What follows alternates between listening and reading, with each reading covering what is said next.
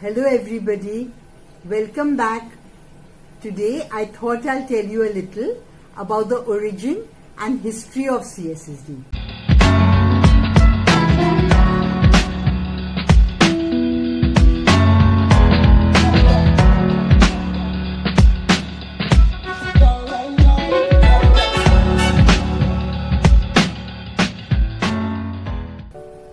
You all should know the reasons for the birth of the CSSD. The first CSSD is a little less than 100 years old. Can you imagine? We are not even 100 years old. Prior to that, goods were sterilized by nurses in the operation theatre and possibly in other departments and units as well. This was not a good idea because nurses were possibly burdened already with assisting surgeons. Naturally, their priorities were with patient care. Hence, either the packages were left in the sterilizer too long, damaging some of them, or more dangerously, not kept for enough time, resulting in poor sterilization. Remember, the most brilliant surgery can have disastrous results if the instruments are not sterile. The patient can lose an eye, or an arm, or a leg, or his life. I have seen this happen personally.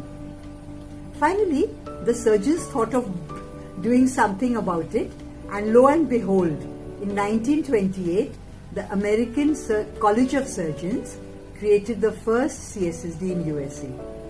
After that, the next recorded CSSD was in 1955 at the Cambridge Military Hospital, who had a regular CSSD in the United Kingdom, or UK as we call it.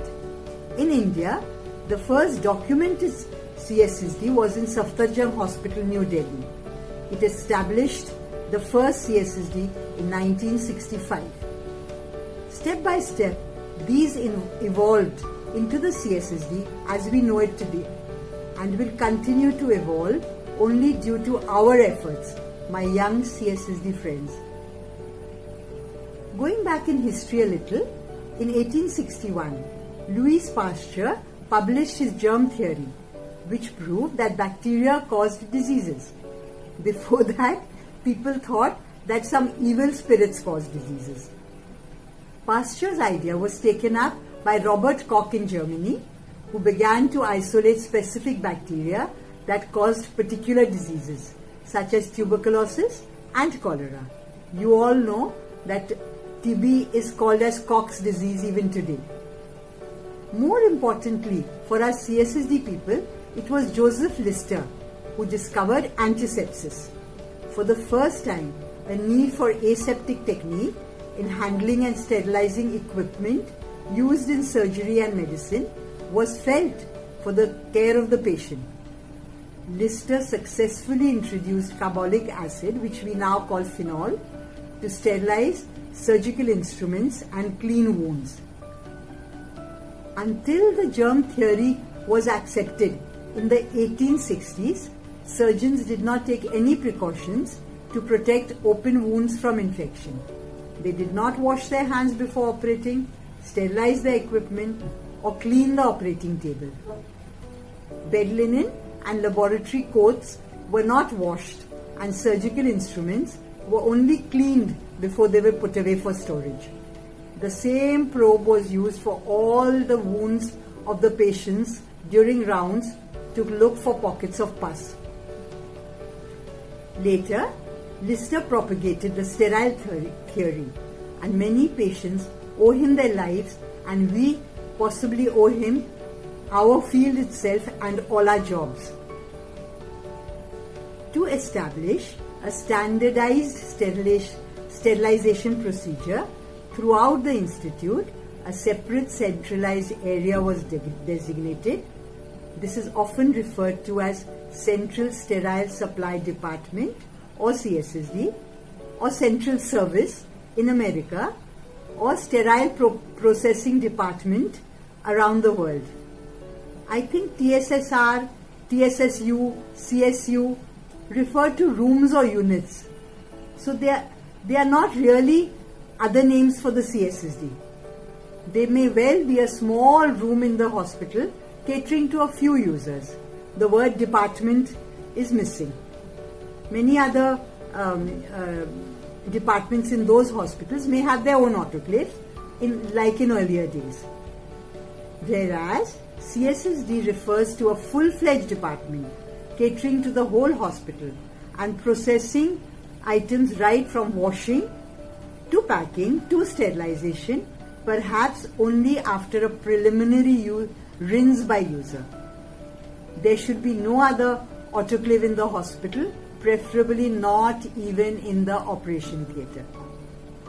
Even if there is a TSU, because it's a huge hospital, the people who work there should be from the CSSD staff and reporting to the CSSD manager. In that case, all these other units or TSSUs will have equally standardized procedures. You must aim for this. I've seen people are very happy if the user does his own washing and packing. Wrong. Because bad washing and packing will lead to improper sterilization, harming the patient. You can ask for more staff, but please see to it that all the washing, packing and sterilization is done by your department. Also, bad washing and packing leading to poor sterilization may cause the CSSD to be blamed, since the sterilization is done in the CSSD. Okay? Do not sterilize anything which you have not seen, washed and packed. Try to make your CSSD the best in India and still better with some new futuristic technology.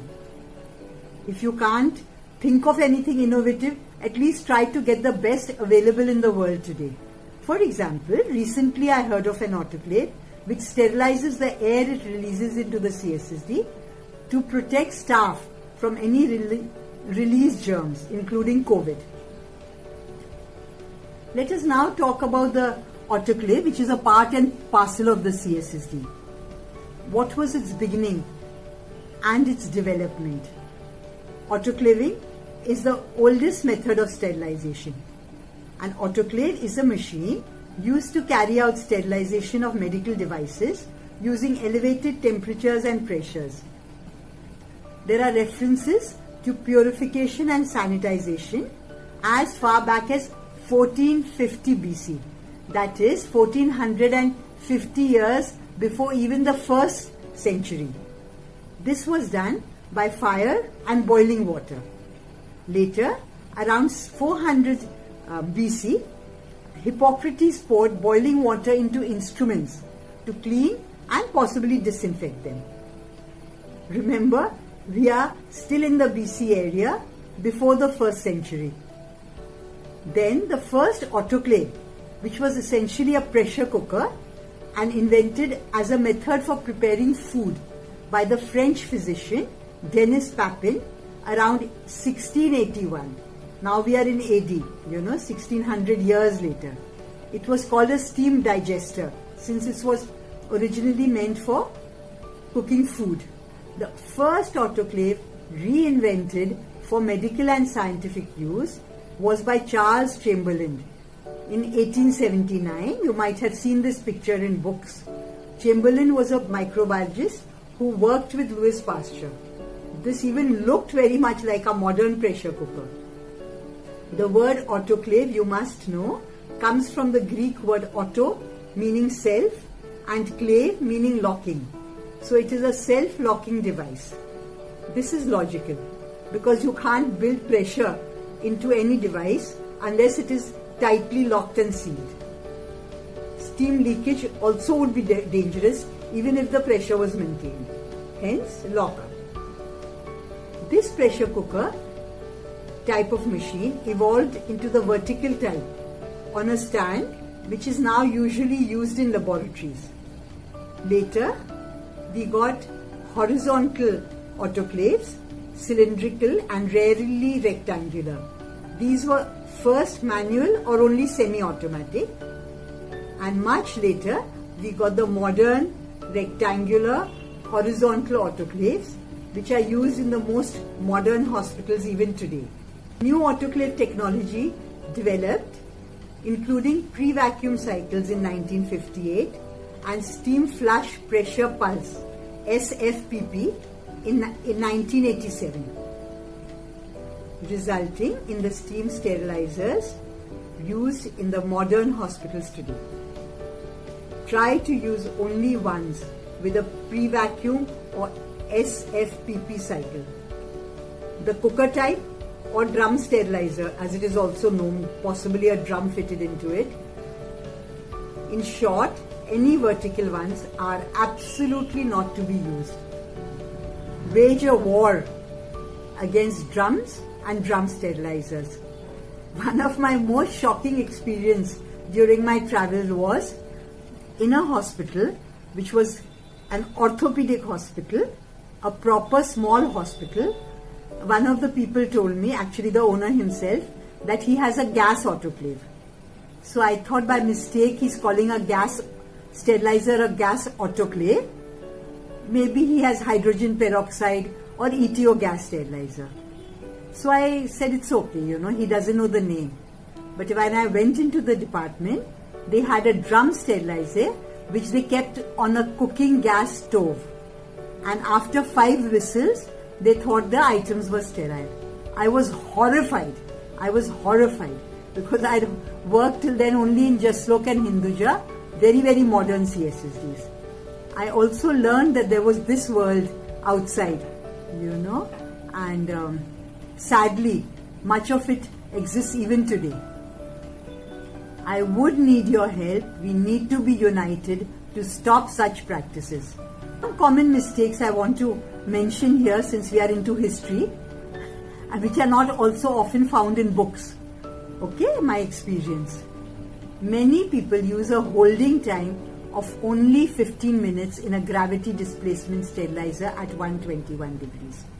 This is not enough. 30 minutes or more is required. You would do well to put an integrator or an emulator, type 5 or type 6 indicator into the center of a biggish pack, preferably linen pack, and see how long it takes to change color. And that should be your holding time. Otherwise, we are just creating infection. Secondly, autoclaves are often used to sterilize waterproof and water-resistant substances like oils or powders. Liquid paraffin or Vaseline cannot be sterilized by steam. Thirdly, very, very dangerous thing, liquids are often sterilized in the autoclave. This can be done only if there's a special liquid cycle. Otherwise, the containers burst when the door is open because of the boiling which takes place inside and seriously hurt the operator. I know personally of one person who died due to glass splinters entering his chest by bottles bursting on opening the sterilizer. I guess that's enough for today. You can please put your comments, any kind of queries in the comment box, and I will be sure to answer you personally. Thank you. Bye.